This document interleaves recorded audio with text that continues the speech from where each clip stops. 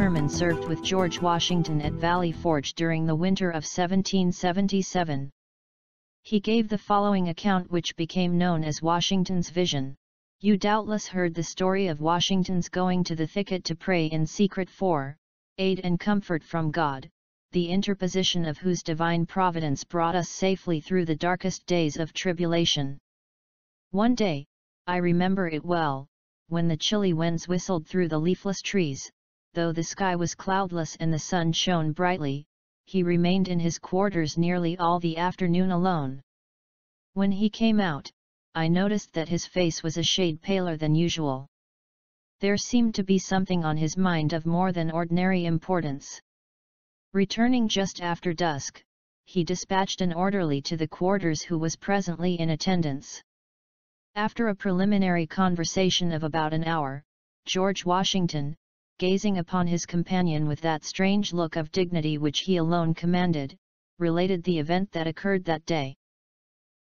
This afternoon, as I was sitting at this table engaged in preparing a dispatch, something seemed to disturb me.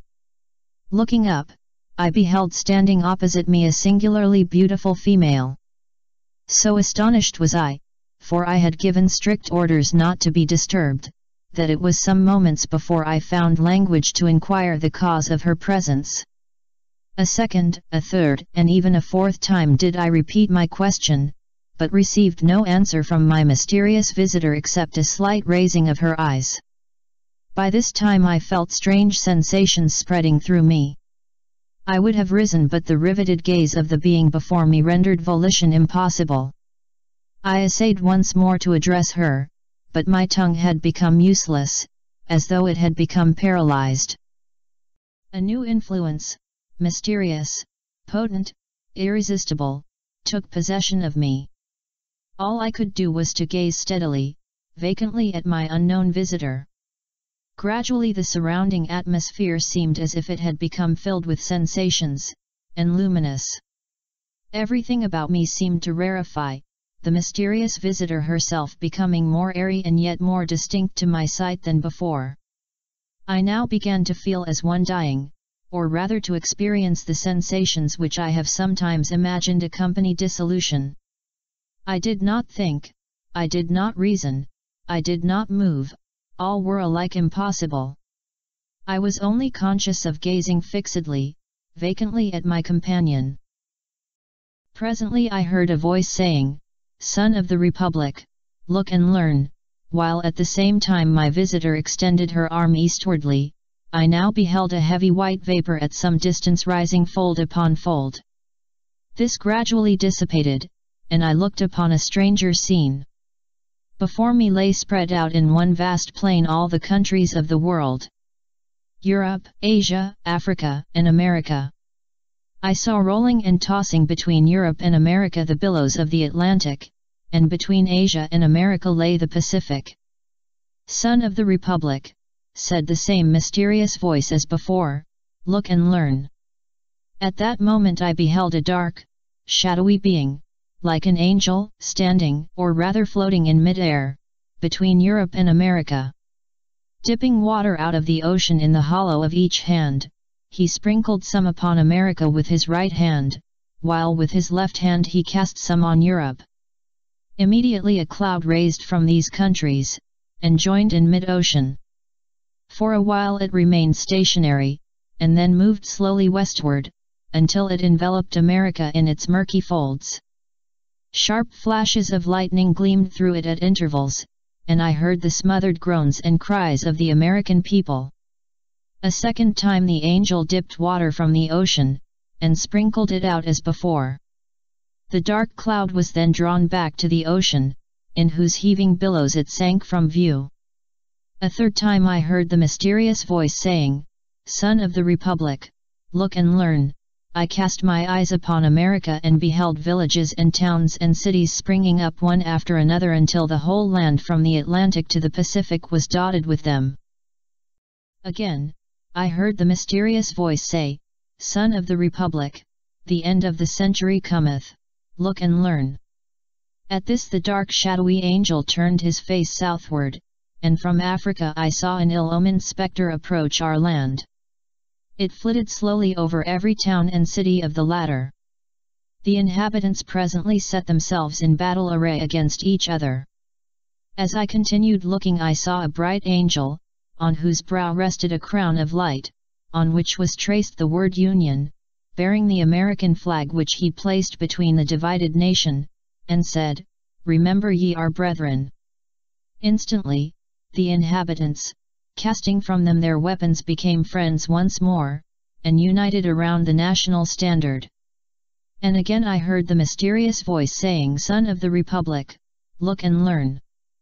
At this the dark, shadowy angel placed a trumpet to his mouth, and blew 3 distinct blasts, and taking water from the ocean, he sprinkled it upon Europe, Asia, and Africa. Then my eyes beheld a fearful scene. From each of these countries arose thick, black clouds that were soon joined into one. Throughout this mass there gleamed a dark red light, by which I saw hordes of armed men, who, moving with the cloud, marched by land and sailed by sea to America. Our country was enveloped in this volume of cloud, and I saw these vast armies devastate the whole country and burn the villages, towns, and cities that I beheld springing up.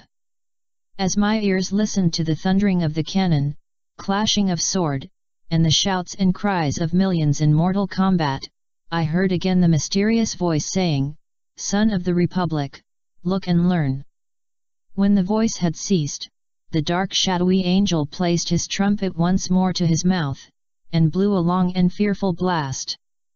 Instantly a light as of 1,000 suns shone down from above me and pierced and broke into fragments the dark cloud which enveloped America. At the same moment the angel, upon whose head still shone the word Union, and who bore our national flag in one hand and a sword in the other, descended from the heavens attended by legions of white spirits. These immediately joined the inhabitants of America, who I perceived were well nigh overcome, but who immediately taking courage again, closed up their broken ranks and renewed the battle. Again, amid the fearful noise of the conflict, I heard the mysterious voice saying, "Son of the Republic, look and learn." As the voice ceased, the shadowy angel for the last time dipped water from the ocean and sprinkled it upon America.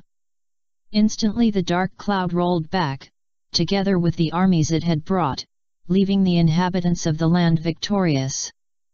Then once more I beheld the villages, towns, and cities springing up where I had seen them before, while the bright angel, planting the azure standard he had brought in the midst of them, cried with a loud voice, "While the stars remain, and the heavens sent down dew upon the earth, so long shall the Union last." And taking from his brow the crown on which blazoned the word Union, he placed it upon the standard, while the people, kneeling down, said, "Amen." The scene instantly began to fade and dissolve, and I at last saw nothing but the rising, curling vapor I at first beheld.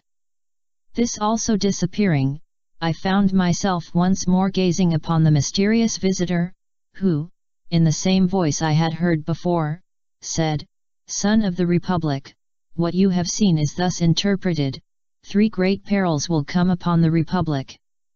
The most fearful is the third, but in this greatest conflict the whole world united shall not prevail against her. Let every child of the Republic learn to live for his God, his land, and the Union."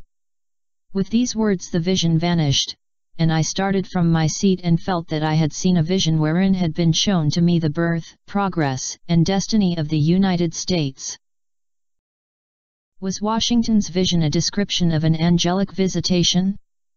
Or, was it really an extraterrestrial encounter? Newly discovered historical documents may shed some light on the matter.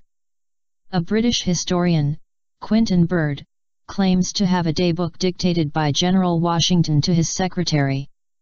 There are several pages referring to green-skinned Indians or greenskins.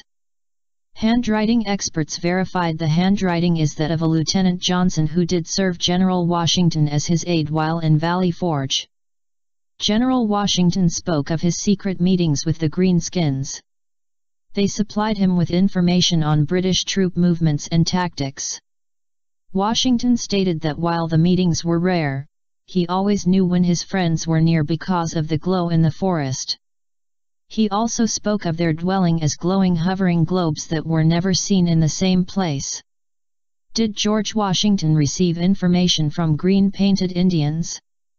Or did he mistake an alien's green skin for war paint? Did aliens aid the general in his military strategies to defeat the British during the Revolutionary War? Since there were never any witnesses other than General Washington himself, these stories will remain a historical mystery.